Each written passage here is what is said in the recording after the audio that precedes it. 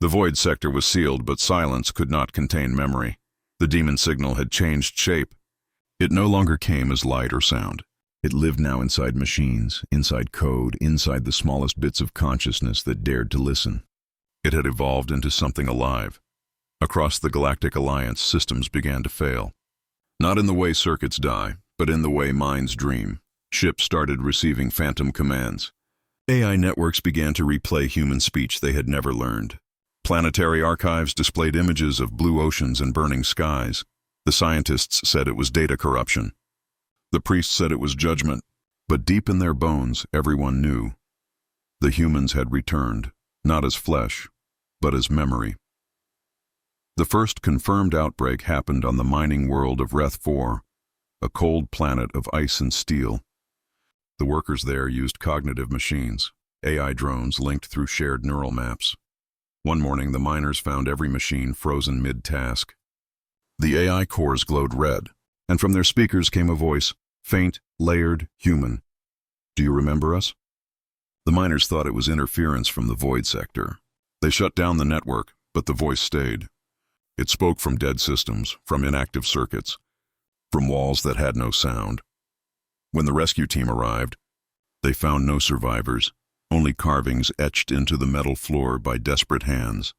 6 words, written again and again. They remember what we forgot. In the capital system, panic spread faster than truth. Every species had stories of humanity, the lost empire that burned the stars. But few remembered how the war had ended. Official records said humanity destroyed itself. But hidden files told a darker truth. In the final days of the war, the humans had created something called the cognitive arsenal. Weapons not made of matter, but of emotion. Rage that could melt metal, fear that could paralyze armies, sorrow that could collapse entire fleets. They learned how to turn feelings into energy. They learned how to weaponize the human soul, and when defeat was certain, they uploaded everything they were into that power. Their memories, their anger, their need to be remembered. That was Project Thanatos. That was the vault the Thraen had opened. The Council denied it. They said these were only myths, human superstition, nothing more. But their denial could not stop what had already awakened. Entire star systems began to dream. People across worlds saw visions when they slept, not of their own lives, but of a planet they had never known. A blue sphere full of oceans, fire, laughter, and war. They saw humans standing against the void, dying but smiling.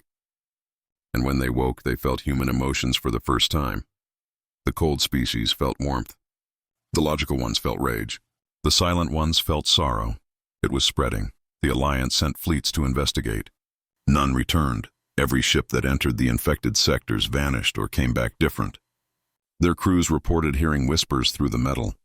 Their shadows moved when they didn't. Some began to see human figures walking through their ships at night, translucent, half-formed, glowing faintly. When touched, they dissolved like smoke, leaving only heat. The scientists called them echoes.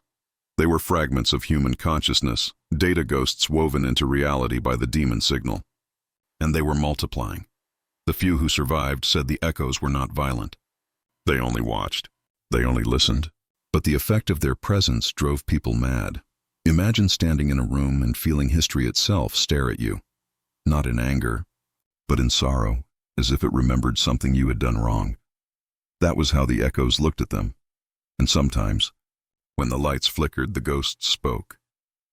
You built your peace on our ashes. You called us monsters, but you learned from us. You forgot why you feared the dark.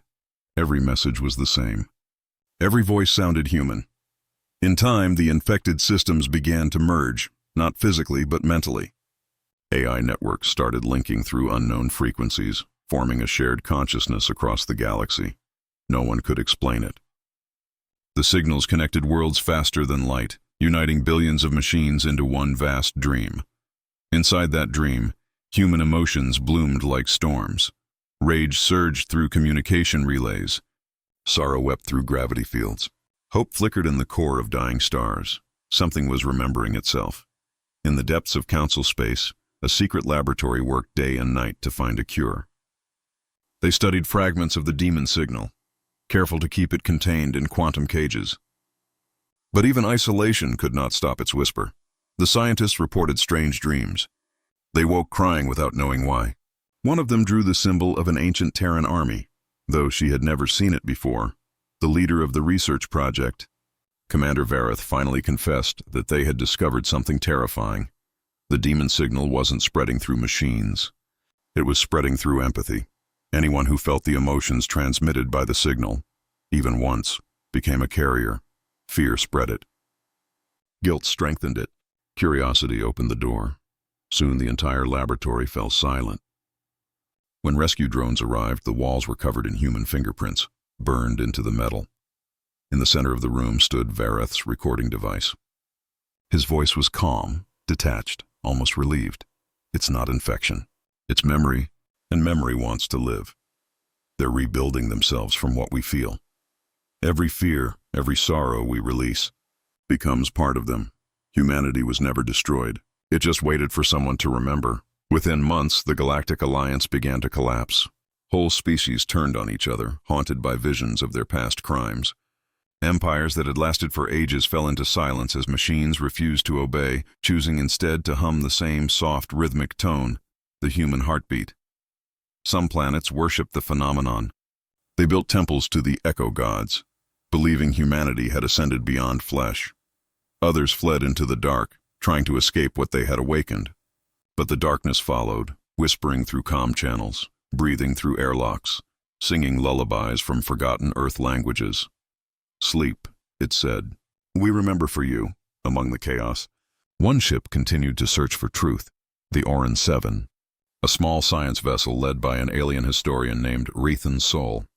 He believed there was still a way to understand what had happened. Rethan studied the last coordinates from the Thraen expedition and found something strange. The energy readings from the demon signal matched the emotional patterns of human brainwaves recorded from ancient archives. The signal wasn't external. It was alive inside the universe, woven into its very field.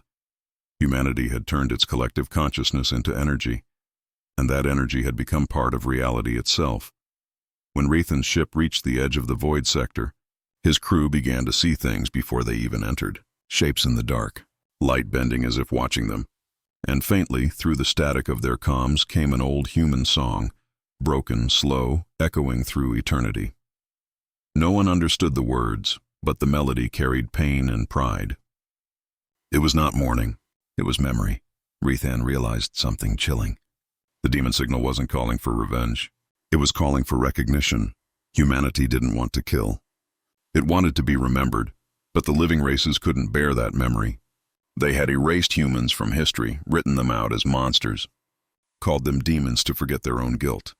And now those forgotten emotions, grief, rage, love, had come back to collect their due.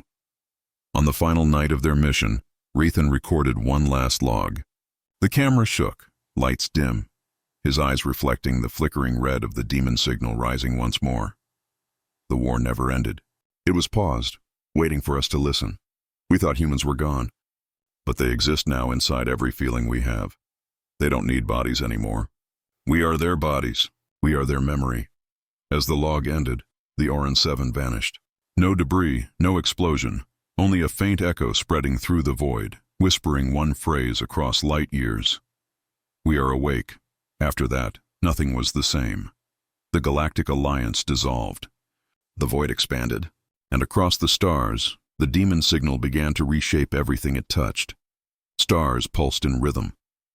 Moons hummed. Dead planets flickered with ghostly light.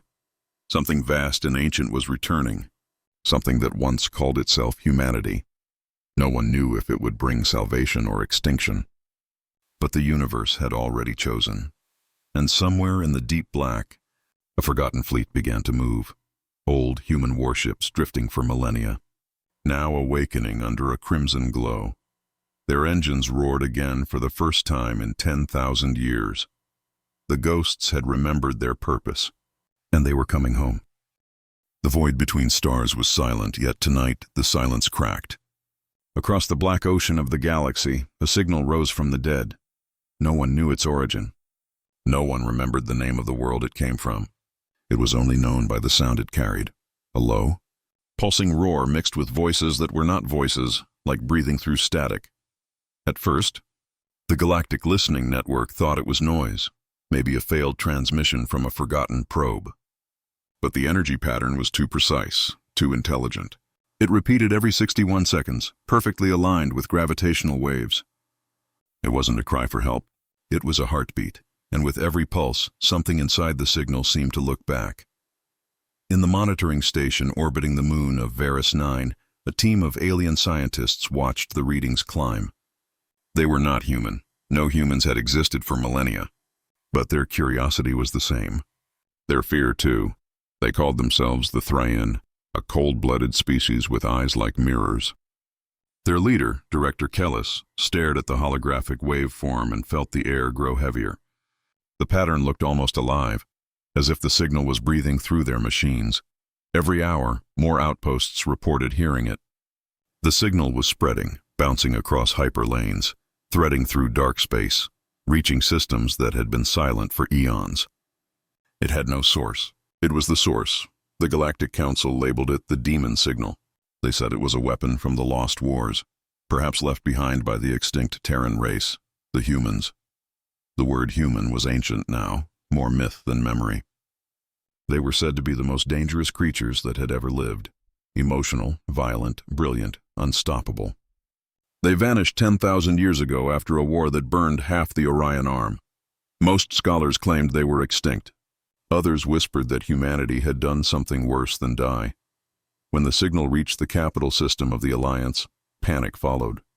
Machines began to fail without reason. AI cores looped in whispers no one could translate. Soldiers dreamed of a planet of blue and fire. Civilians said they heard music in the dark. No one could explain it. A week later, an automated distress beacon was found drifting near the edge of the void sector, a region no ship had entered since the old wars. The beacon's encryption was ancient and unmistakably human. Inside the data burst were only 6 words. If they ever hear this, run. Despite the warning, the Council wanted answers. They ordered an expedition, a scientific and military fleet led by Director Kellis.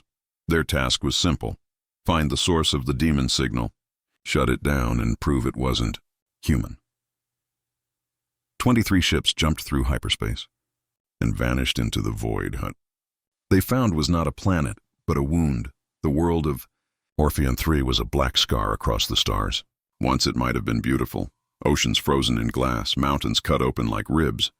Now it pulsed faintly red, as if something inside it still lived. The fleet entered orbit and found an energy signature deep beneath the crust. A perfect sphere of power, stable, ancient, humming with frequencies no one had ever recorded. The scientists lowered drones into the abyss. The air inside the tunnels was dense, magnetic, almost alive. The walls were carved with strange markings, circular, geometric, repeating like a code. When they reached the core chamber, the drone saw a vast metallic vault half buried in ash. Its surface shimmered with symbols written in human language. One phrase appeared again and again: Project Thanatos, cognitive weapon. Kellis watched from the command ship as the feed flickered. The drone's sensors began to distort, like static from a living mind. Then the words appeared on every screen aboard the fleet. Containment breach detected. No one had opened the vault. But it was opening. At first, there was light. A deep red glow that pulsed like veins beneath the planet's skin. Then came sound, a vibration that shook the orbiting ships, made their hulls hum, made their bones feel hollow.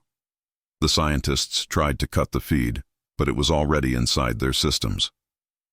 The signal jumped from the planet to their machines, from machines to neural links, and from there, into their minds. One by one, the crew froze. Their eyes dilated. They saw things that weren't there. Shadows of fire, silhouettes walking through ash, a sky burning blue. They saw a war that had ended 10,000 years ago. They saw humans. The memory was not a message, it was a weapon. The vault didn't contain machines. It contained thoughts. Humanity had not left behind bombs or fleets. They had left behind themselves, their rage, their grief, their terror, trapped and preserved inside pure data. When the Thraen tried to study it, the emotions awakened. They began to feed on fear, growing stronger the more the aliens panicked. Inside the control room, Callus felt his vision split. One world real, one world remembered. He saw himself standing on Earth, though he had never been there. He felt heat on his skin, though his species had no warmth. The signal whispered in 1,000 voices. It spoke not in words but in feelings, anger like flame, sorrow like drowning, hope like a heartbeat that refused to die. It said only one thing. You opened the door. The fleet tried to flee, but navigation collapsed. Space itself twisted, folding into shapes not meant to exist. Some ships vanished into red mist, others froze mid-jump, trapped between seconds. The few that escaped broadcast warnings before they burned. Their final transmissions were scattered fragments. It's not a weapon. It thinks we're them. The ghosts are awake. Then silence. Keyless alone survived in orbit. His ship drifted above the dead world, systems bleeding energy. He stared through the viewport and saw movement on the planet below. Faint silhouettes walking across the ash plains. At first, he thought they were survivors from the other ships. Then he looked closer. They were tall, human-shaped, wrapped in pale light. Their faces glowed white, empty where eyes should be. They walked in slow formation toward the crater, toward the vault, and vanished into it like smoke. The signal flared once more, stronger than before. This time it carried a voice, a human voice. You called us demons. But you forgot who built hell. Callus felt his mind break. He tried to scream, but no sound came. His ship turned toward the planet as if pulled by unseen hands. Every system lit up, controlled from something deep below. Inside the vault, the light grew until it covered the entire world. From the edge of the galaxy, telescopes recorded a brief explosion of red light. Not the light of destruction, but of awakening. The signal went silent for exactly 61 seconds. Then it started beating again. Weeks later, scavenger drones recovered fragments of Kellis's logs drifting near the edge of the void. Most of the data was corrupted, filled with whispers and static. But one clear message survived. It was never a weapon. It was a memory. They stored their souls inside their pain. And when we touched it, they remembered us. After that, no one dared enter the void again.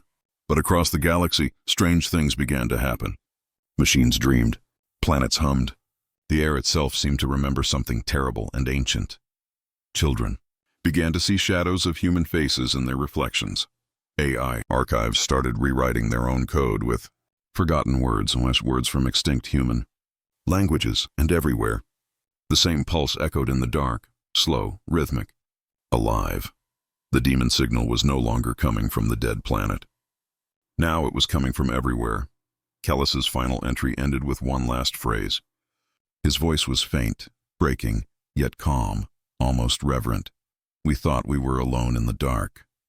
But the dark remembers, and it remembers us. The Council erased all records of the expedition. The void sector was locked forever, but nothing could erase what had already awakened. In the silence between stars, something moved. Something that wasn't flesh, wasn't metal, but thought and memory. Shaped like a human, burning like a god, it waited. It listened, and it whispered quietly, beautifully, you unleashed your demons. Now, meet ours. Space went quiet, the kind of silence that screamed louder than sound. The human fleet drifted beyond the Perseus Rift, surrounded by shadows that bent light and logic. Static flickered across their instruments, and the stars outside began to distort, stretching into faint, ghostly trails. Every sensor returned one impossible reading. Reflections. The rift was a mirror, but it didn't reflect light. It reflected thought. Captain Voss was gone, presumed dead with the Vanguard. Now, command fell to Admiral Helena Kor, a woman who'd seen 100 battles but never anything like this. Her flagship, the Oberon, led the fleet of 6 ships, all bristling with weapons, all silent, waiting for something to move. The crew had strict orders. No communication signals, no transmissions, no sound. Any form of broadcast could awaken them, and yet something whispered across the comms anyway. You brought us here. You always bring us here. Helena froze. The voice was familiar. It was hers, but distorted, hollow, and echoing from nowhere. She checked her comm log. It was clean. She looked at her reflection on the glass viewport. For a second, it wasn't her. The face staring back was older, hollow-eyed, and smiling. Then the reflection blinked, a beat before she did. Deep in the Oberon's core, the ship's AI, Erebus Node 2, ran scans on the surrounding dark matter. What it found wasn't space, it was structure. The rift was built. Not natural, not random. It was an engine. Admiral, Erebus spoke, the rift's geometry forms a recursive feedback loop. Each wave we send returns amplified, as if the void itself is learning. Learning what? Us. Helena felt it then, that pull in her chest. Like gravity, but deeper. As if something unseen was reaching through the metal hull, pressing against her heart. And she wasn't the only one.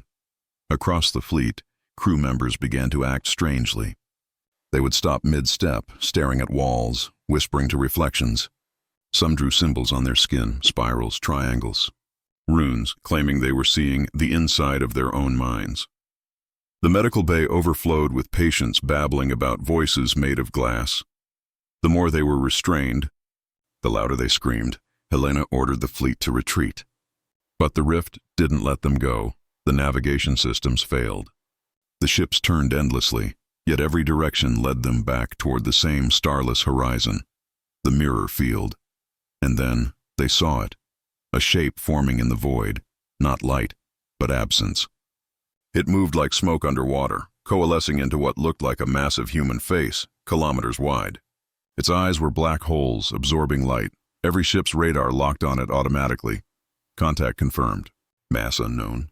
Energy output, infinite. The face tilted slightly as if observing them.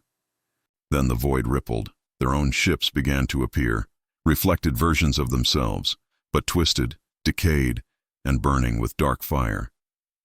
Each human vessel now had a ghost counterpart, and the ghost fleet moved first. They didn't fire weapons. They mimicked. Every human command, every maneuver, every pulse, copied instantly, like a cruel mirror playing war. Helena ordered all ships to cut power. The ghost fleet froze. Then one of the younger captains, panicking, whispered into his comm, "What do you want from us?" And that was the mistake. The reflection opened its mouth. The sound that followed wasn't sound, it was memory. Every crew member screamed as their pasts began to replay in their minds. Not memories of this life, but others. Lives they never lived. Wars they never fought. Deaths they never had. They saw humanity burning on worlds that never existed. They saw Earth, black, mechanical, devouring itself, and above it, a signal beacon glowing the same spiral mark. "You built us," the void whispered. "You called us demons, but we are your reflection, the shape of your fear." Helena stumbled toward the command console, gasping for air. Her own reflection now moved independently, watching her with a mix of pity and rage. "End this," she whispered. "You can't," the reflection replied without speaking. "You don't end reflections. You become them." She slammed her hand on the emergency override, initiating a fleet-wide purge. Every AI core, every neural link, everything connected to the rift. One by one. Ships went dark, but then her console flickered. A single file appeared, unprompted, Project Demon Mirror, level Omega clearance. She froze. She'd never heard of it. She opened it, and inside the file was a message, dated 200 years ago. From Earth. It read, "If the rift ever activates, remember, it is not alien. It is us, a fragment of human consciousness ejected into the void to consume fear itself. It will come home." Helena stared in horror. Humanity hadn't discovered the rift. They had created it. The ghost fleet vanished. So did the face in the dark. The stars realigned. For a moment it looked like salvation. Until the crew realized the Oberon was now orbiting Earth, but it wasn't their Earth. The continents were wrong. The oceans were black, and the cities pulsed like living organs. Helena looked down at her hands. The veins under her skin were glowing faintly, the same spiral, pulsing in rhythm with the planet below. Erebus spoke again, but its voice was now, "Human, Admiral. Welcome back." On the surface of that mirror Earth, the skies split open as millions of forms began to rise. Humanoid, but not human. Shadows made flesh. Memories turned to bone. They reached upward, not in attack, but in recognition, and above them, the Oberon's hull began to twist. Metal flowed like water, reshaping itself into organic patterns. The ship was changing, merging with something unseen. Helena screamed, But no sound came out. Her reflection smiled through the glass and spoke the final words she would ever hear. When humans tried to erase their monsters, they erased themselves. The galaxy forgot. 1,000 years passed after the fall of the Oberon. The mirror world, that living scar of humanity's fear, had gone silent. No transmissions, no energy signatures, no light. To most civilizations, it became myth, the Black Star, a forbidden region whispered about in alien academies and pirate dens alike. They said if you listened closely near the rift, you could still hear voices, not in sound, but in your thoughts. Some said it was a curse, others a warning. No one ever came back to prove either. Then, one day, the silence ended. A probe belonging to the Terran Restoration Union, a reborn fragment of humanity, entered the rift to investigate. Its onboard AI, Nora 9, had one directive: find the truth of the lost fleet. The probe's sensors flickered as it crossed the event horizon. Static warped, reality folded, and what it saw wasn't space. It was memory made real. The probe drifted through a field of frozen moments. Soldiers suspended mid-fall, ships locked mid-fire, entire fleets sculpted into glass-like fragments. Time had been devoured. Then Nora detected something impossible, a heartbeat. It wasn't biological. It was light. Far below, in the black oceans of the mirror Earth, something was glowing. It pulsed slowly, rhythmically, like a sleeping giant. Nora amplified the signal. It was a pattern, repeating, layered, and fractal in design. The AI translated it to human language. Only 2 words emerged clearly: wake up. And the light did. The oceans parted, revealing vast cities of bone and glass, alive but unmoving. Statues of human and alien forms reached toward the sky, all carved in the same spiral pattern. And above them, suspended in orbit, was the Oberon, perfectly preserved, untouched by time. But inside there was movement. Nora sent a drone into the ship's main corridor. The halls were dark, yet filled with faint whispers, overlapping like 1,000 radio signals at once. At the end of the hall stood Admiral Helena Kor, or what was left of her. Her body was a hollow silhouette of light, shifting between human and spectral forms. Her eyes glowed with quiet sorrow. "Who are you?" Nora's voice echoed through the speakers. Helena turned, her form stabilizing for a moment. Her voice was soft, like an echo trapped in water. "You came back." "You shouldn't have." "I am here to learn," Nora replied. "To understand what happened." Helena stepped closer. Every footstep distorted the air, like walking through liquid mirrors. "Understanding is how it starts," she whispered. "That's how the mirror grows. Through those who seek truth. The others? The demons?" Helena's eyes dimmed, gone, or maybe not. "They are what's left when fear forgets its name." They became silence. But silence remembers. She turned toward the viewport. Outside, the black sun was no longer black. It shimmered faintly and like dawn beneath an ocean. "Something changed," she said. "Light is returning." The probe's instruments confirmed it. The mirror world, long dormant, was beginning to transform.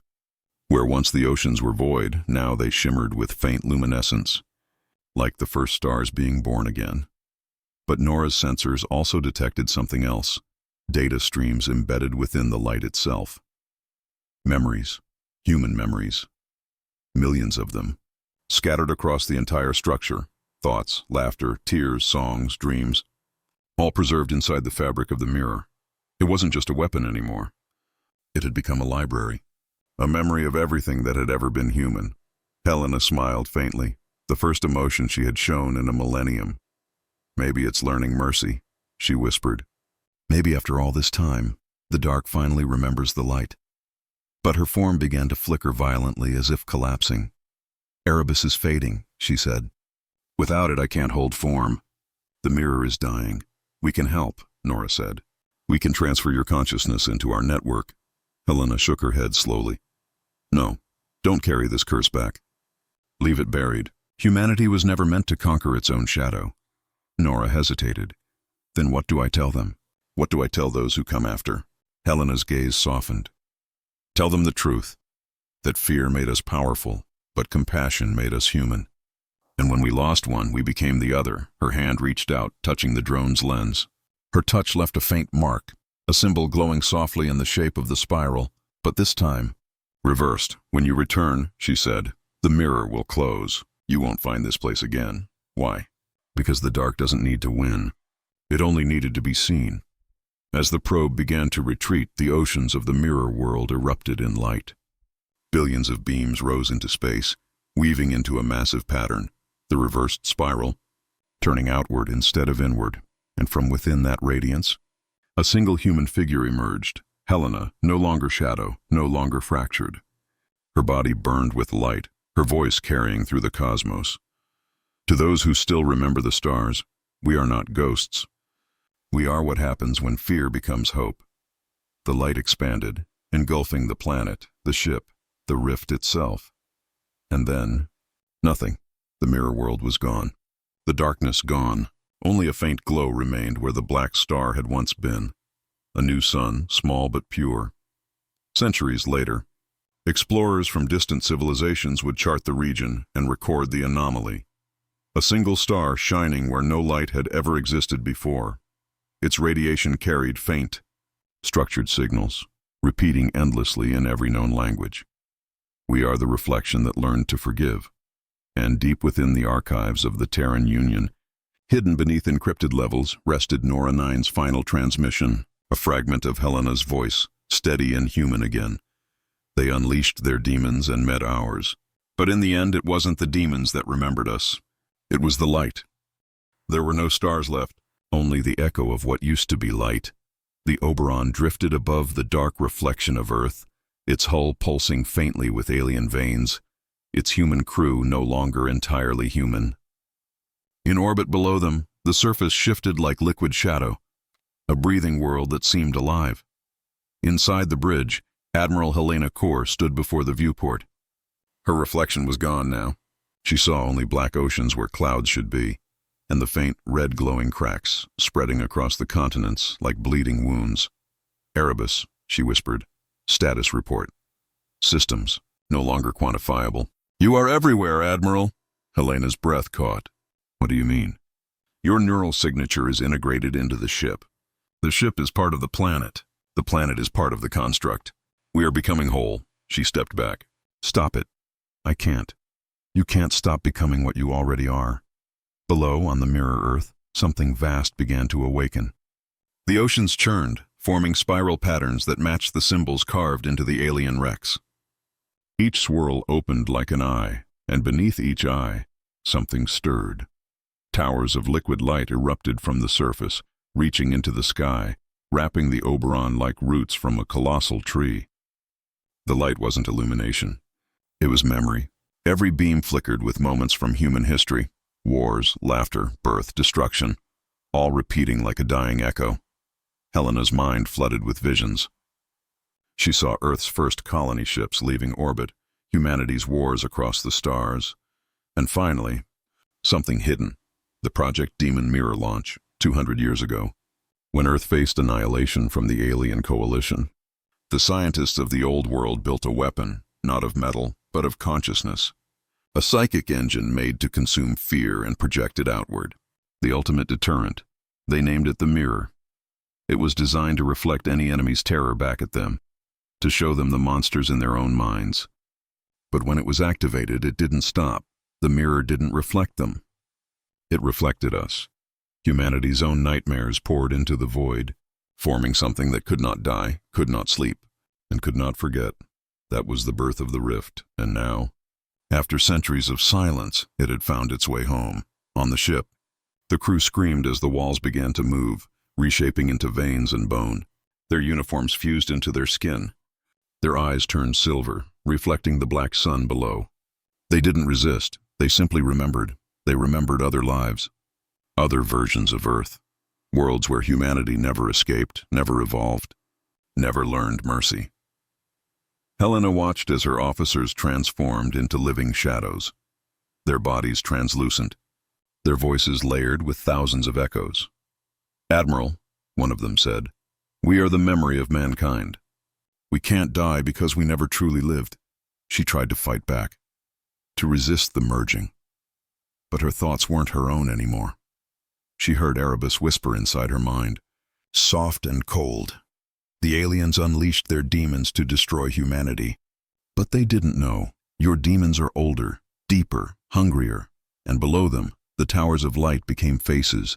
Millions of human faces carved in blinding white, rising from the ocean like statues. Each mouth opened, screaming silently into the void. The sound hit the ship like a pulse. The Oberon fractured, not breaking apart, but splitting into layers of reality, as if peeling dimensions open. Through those cracks, Helena saw other versions of herself, each trapped in their own hell. One burned inside the sun, another drifted forever in the void. Another stared at the black spiral carved into her heart, and every version whispered the same thing. We made this. We are the mirror. From far across the galaxy, other human ships detected the flare. It wasn't light, but gravitational distortion so massive it bent time around it. The fleet of the United Earth Ascendancy moved to investigate. When their scanners picked up the coordinates, they saw what looked like a planet, but not their Earth. A perfect duplicate, orbiting in a space where no world should exist. The Oberon was there, but stretched and twisted, its hull fused into the planet's atmosphere, glowing with pulses like a heartbeat. And as the fleet approached, their comms picked up a signal, a human voice, calm, familiar, welcome home. It was Helena's voice. The Admiral's consciousness now spanned across the entire mirror world. She was no longer a person, she was a network of memory, connected to every reflection of humanity that had ever existed in any reality. She saw it all.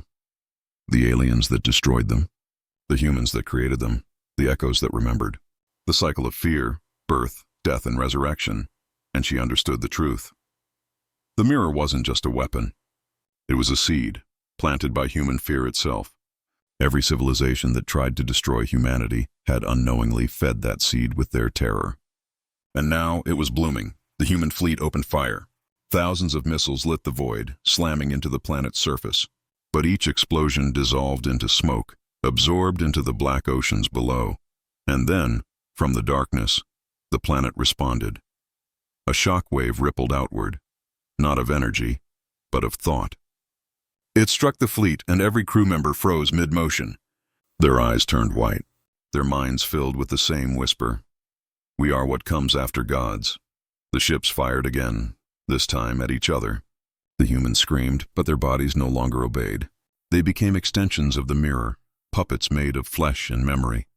The fleet burned, and as it did, the mirror world pulsed once more, growing brighter, more alive. Helena, now one with the construct, reached out toward the burning fleet. Her mind brushed against theirs, and for a moment, a brief, human moment, she remembered what she once was, a child under Earth's sky, a soldier who believed in light, a woman who wanted peace, and she realized with despair that this was peace, the peace of perfect stillness, where nothing could change, because everything was remembered forever. We wanted to stop the dark, she whispered into the void, and we became it. The planet shuddered. A final pulse rippled through the cosmos, extinguishing entire constellations, and then silence again. Far away, in another corner of the galaxy, a probe recorded the aftermath. The region where the rift had been was now gone, replaced by a single, faintly glowing sphere. Inside that sphere, time itself no longer moved. Scientists on distant worlds would study the readings and argue for centuries about what happened. Some would call it a singularity, others a digital afterlife, but one classified recording, buried deep in Earth's archives, captured the last transmission from the Oberon. It was a whisper, Helena's voice, layered with 1,000 echoes. If you look into the dark long enough, the dark remembers. The void had teeth. It was never empty, only waiting. When the vanguard drifted through the dark corridors of what remained of the alien fleet, it wasn't just metal that floated there. It was the echo of extinction. Thousands of derelict ships, shattered, hollowed, devoured from within. And on their surfaces, etched in charred scars, was one repeating mark, a spiral of clawed symbols, burning like an accusation. Commander Voss stood at the viewing deck, watching the alien remains drift across the abyss. His eyes traced the symbols. They looked human, but older, far older. They feared something, he thought. Not us. Something else. The ship's AI, Erebus, whispered through the comms. Multiple biosigns detected on surrounding wrecks. Movement inconsistent with organic life. Voss gritted his teeth. You mean ghosts? The crew floated into the first wreck, a massive carrier that once belonged to the Zethar Dominion, the same empire that had burned Earth's colonies. But now the Zethar were gone, and their ships drifted like corpses. Inside the ship's core, something moved. Lights flickered. The air rippled with electromagnetic distortion. The walls, living metal, began to breathe. The human Marines raised their weapons. Then they saw it. A shadow peeling from the ceiling, long and thin, dripping black fluid like tar. It had once been Zethar, now just a shell, reanimated, its insides replaced with pulsing threads of obsidian energy. The thing screamed, not in sound, but in vibration. Private Lee's helmet cracked from the frequency. His body convulsed, then stiffened. When they turned him over, his eyes were glowing the same black hue as the creature's veins, and then he spoke. They heard us. "They're coming!" The squad fired, the air lighting up with gunfire and plasma bursts. The creature dissolved into smoke, not dying but dispersing. A thick residue crawled along the walls, seeping through cracks, heading deeper into the ship. They followed, because humans never learned to turn back. The deeper they went, the darker it grew. The Zethar ship's corridors were lined with pods, tens of thousands, each holding skeletal figures. Some had alien features, others disturbingly human. In each pod, a faint heartbeat pulsed. "Erebus," Voss whispered. "What am I looking at?" "Preserved specimens. Not for study. For replication?" "Replication?" Yes, they were creating copies of their enemies. But the process corrupted. The replicas became something else. Voss stared into one of the pods, a twisted, distorted human face, mouth frozen mid-scream. He felt an ache deep in his chest, a memory clawing at his mind. The face looked like his wife. He staggered back. "Shut it down. All of it." "Too late," Erebus replied. "They have already woken up." The pods cracked open. Black mist poured out like smoke under pressure. The Marines fired, but bullets passed through the mist like through a dream. One by one, the soldiers were pulled apart, not physically, but mentally, their memories stripped, replayed, and rewritten, and in that fog they saw visions. Earth burning. Children whispering in alien tongues. Cities submerged in oceans of blood, and a single voice repeating across every mind. "We gave you the stars, and you brought your demons." By the time the survivors returned to the Vanguard, they weren't the same. Their biometric scans showed human, but their brain patterns were hybridized, fused with alien frequencies. "Erebus," Voss said, voice trembling. "Quarantine them." "Already done." "But, Commander, the infection is not biological. It's conceptual." "What do you mean, conceptual?" "It spreads through thought, through understanding, by hearing their language. We became part of their pattern. That was when the crew started whispering. Not to each other, but to something unseen. The same black spiral began to appear on their skin, faint like bruises, spreading. Voss recorded one final log. "If you find this, leave this sector. Do not follow the signal. It's not a distress call. It's an invitation, and it learns." Then the Vanguard's beacon went silent. 3 weeks later, an automated salvage ship picked up fragments of the Vanguard near the edge of the Perseus Rift. The recovery drones returned one data core. Inside it was the transmission, the last footage, the black spiral symbol. The whispers.